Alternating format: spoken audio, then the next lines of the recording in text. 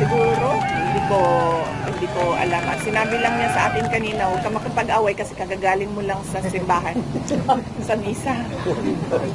Another, follow-up ko lang doon sa sinabi niyo about political dynasty. Ano yung formula niyo para magkaroon tayo ng real batas na para sa anti-political dynasty? Siguro, immediate family. Hindi ko lang alam if we can extend it up to what degree. But initially, immediate family. Kasi karamihan naman yan usually. Kaya nga nag-aaway-away yung mga magkakapatid kasi usually same line yung mga sumusunod. Kaya din nag-aaway-away yung magkapamilya. So ang pinakauna talaga dyan sa political dynasty is yung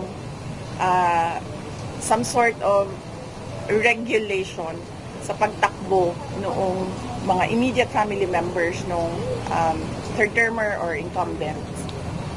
VP, Sige, Brent, go ahead. VP, ngayon kumasa itong si Chel Jokno and Attorney Lyle De Lima for prosecution team sa Kamara ng Impeachment.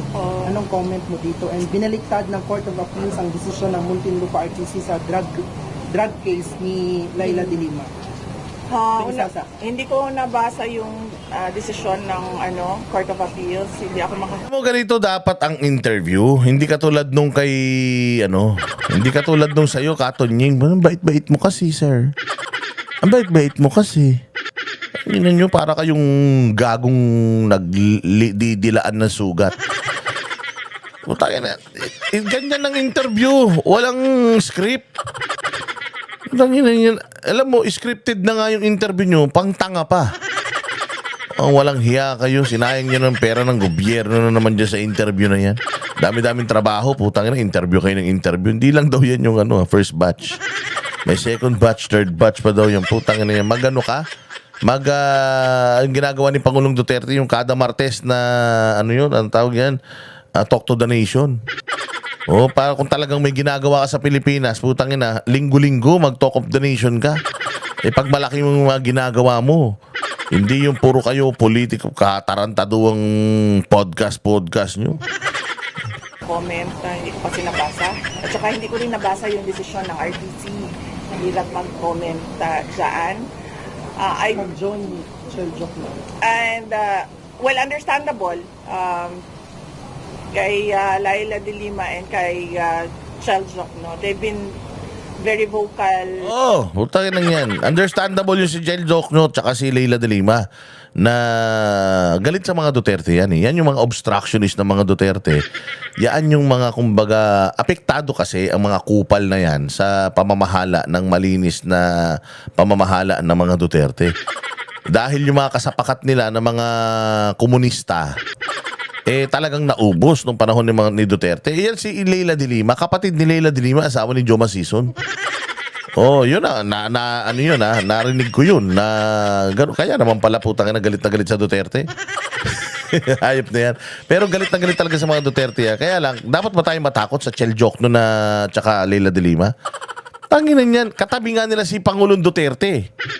Sa Senado, walang nagawa yung mga kupal na yan eh.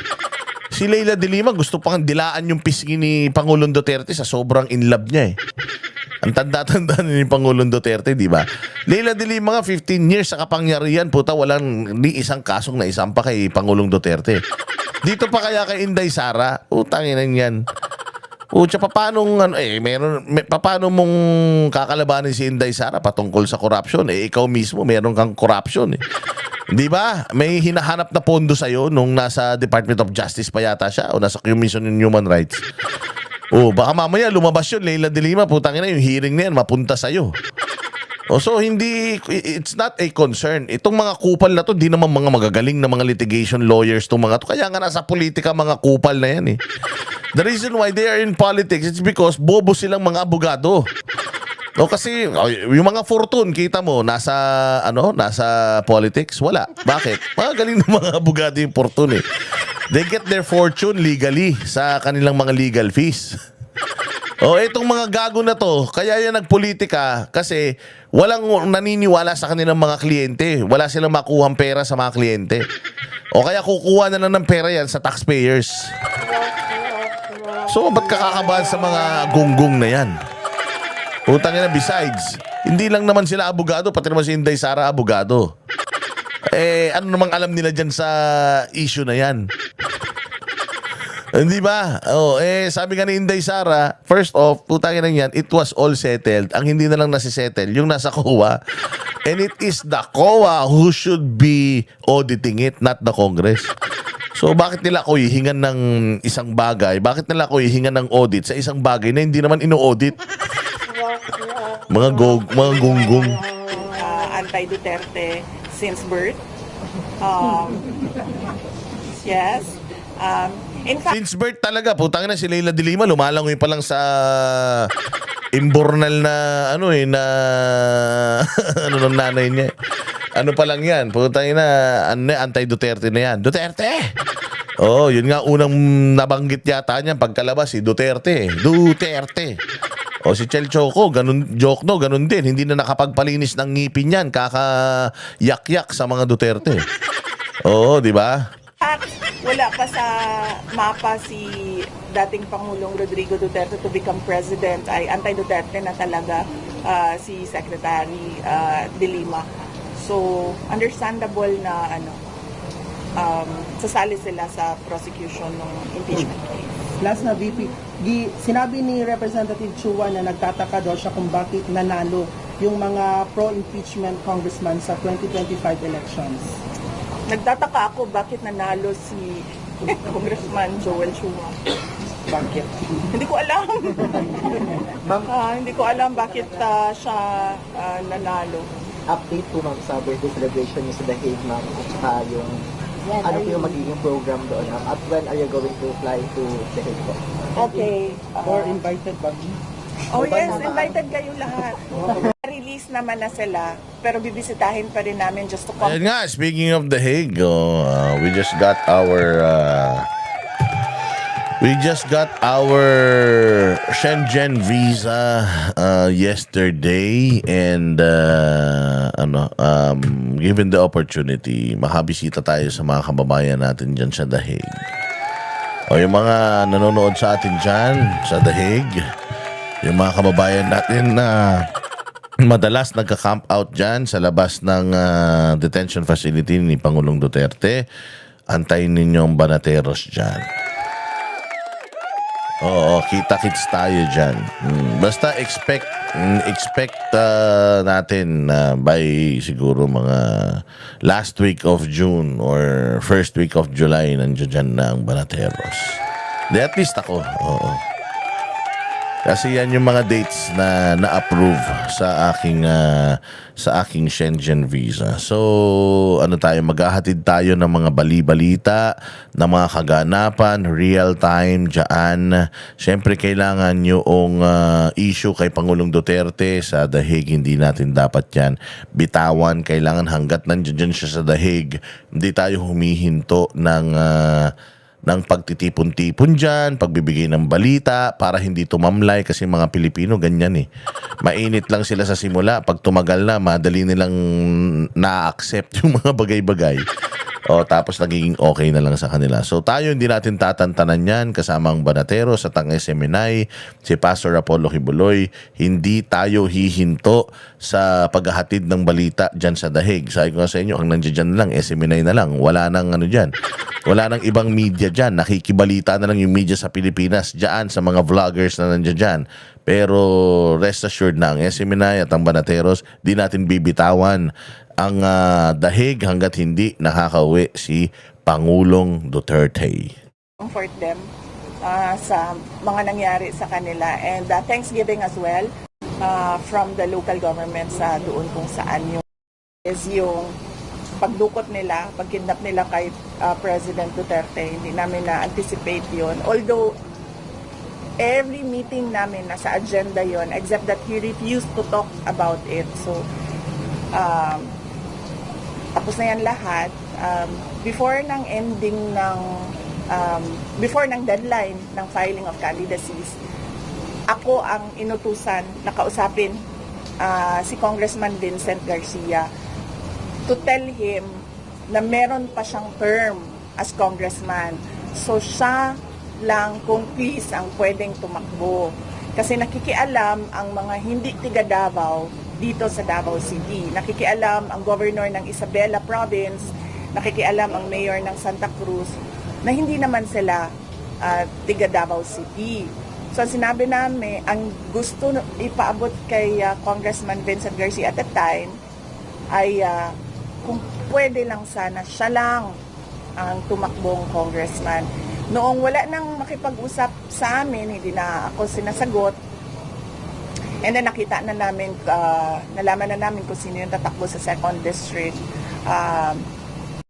Well, yes, because si Javi Campos is a candidate o programa namin sa papasok lang natin yung Davao City to. Ang budget sa Davao City. Doon tayo sa may huling binitawan niya, yung tungkol sa mga kritiko niya. At the end of my term, nagawa natin na maging insurgency free. And lahat yon wala tayong hiningi sa congressman man or sa senators. Meron lang tayong Diba? Ito, tinan mo. Pag si Inday Sara nagpapa-interview and you ask her something, especially kapag ka dun sa lugar, sa bayan niya, she knows what to answer. Why? Because she's working. Ito si Bongbong Marcos, nung interview niya kay Katunying, meron ba siyang mga sinasabing nagawa niya sa bayang Pilipinas? Marami siyang pag-amin doon na bopol siya. Na wala talaga siyang nagawa, na wala siya talagang ginagawa, na wala din siyang mga pinagsasabi doon na mga nagawa niya. But here, dito sa interview ni Inday Sara, sinasabi niya na ito yung mga bagay na nagawa namin sa Davao City without the help of the national government. So ito yung mga peace and order, ito yung unlivable na city, ito yung mga qualifications para ang isang lugar ay mapunta doon sa bracket ng mga livable city at peaceful city. Ginawa natin yun without the help of the national government. Si Bongbong may mga ganyang sinasabi. Wala, kasi wala talaga siyang alam. Ang alam lang niyan kung ano-anong mga kabulastugan at saka kung ano-anong paawa. Pero kung tatanungin mo talaga yan, wala talaga yan alam, walang naaalala. Hindi nga natin alam. Kung sabi ko nga sa inyo, baka yung utak niyan, kinakalyo na talaga eh. So hindi niya talaga alam kung ano nangyayari sa kapaligiran niya. Basta ang alam niya, may kakulangan siya. Yun lang, in general. Nagkaroon siya ng kakulangan, na ganito, na ganyan, ganun lang. pero ito si Inday Sara, when he's, yung entertaining questions at when she's answering those questions, alam niya yung sinasabi niya. At makikita mo talaga, totoo yung sinasabi niya. Kaya ito yung klase ng mga leader na gusto natin at kailangan natin. Kasi kapag tinanong mo sa trabaho nila, alam nila kung ano talaga yung status ng trabaho na yan. Hindi katulad yun ni Bongbong. Iba nga yung sinasabi ni Bongbong, iba rin sinasabi ng spokesperson niya. Na pinaglihirin sa Manika. Si Claire Castro, na mas matalino pa yung Manika ron eh. Kaysa sa kanya, walang utak talaga yun eh. Dalawa na ni-request sa national.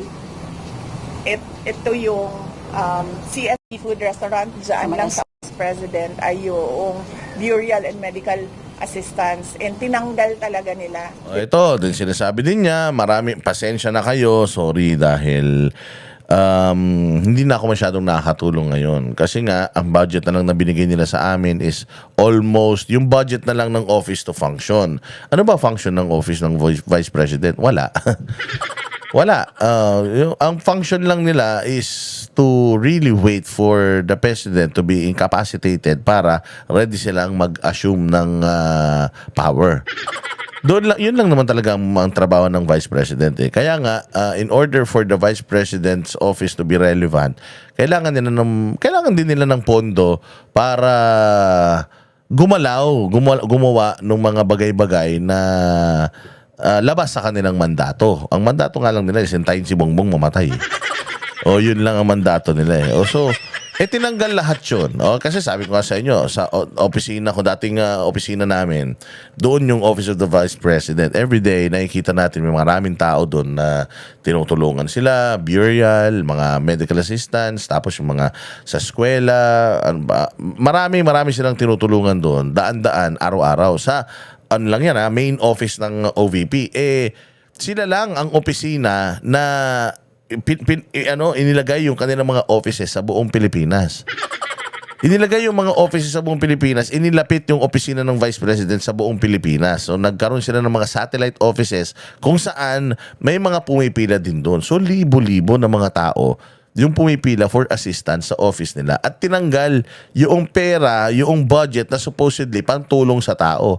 Ang budget na lang na natira is yung budget na pambayad ng mga sweldo ng tao, benepisyo, pang-maintain sa opisina, yung mga tubig, papel, ink, na ginagamit nila, kuryente, tubig, dun na lang, enough lang para doon yung perang ibinigay sa kanila.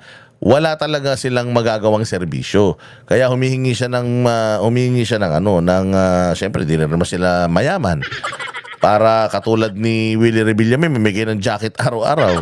Hindi ba? So, wala rin naman silang budget na binigay ng Congress and the Senate. So, sabi nga niya na kaya pasensya na kayo, hindi ako nakakatulong ngayon at hindi ako makakatulong kasi tinanggal nila yung budget ko pang tulong. Sana maintindihan yun. Hindi ko naman pwedeng ibigay sa inyo yung sweldo ng mga tao ko. Pag binigay ko sa inyo yung sweldo, kasi ako yung sweldo ko, pwede ko ibigay sa inyo. Pero sigurado ko na yung sweldo ni Inday Sara, hindi niya magkano ng sweldo ng VP? Wala pa 300,000 yata eh. Hindi ba? O baka nga 500,000. Ano mo yung 500,000? Sa dami na humihingi sa yung tulong, baka kulang pa yan. So, humihingi siya ng para maintindihan ng taong bayan na hindi siya nakakatulong ngayon dahil sa politika.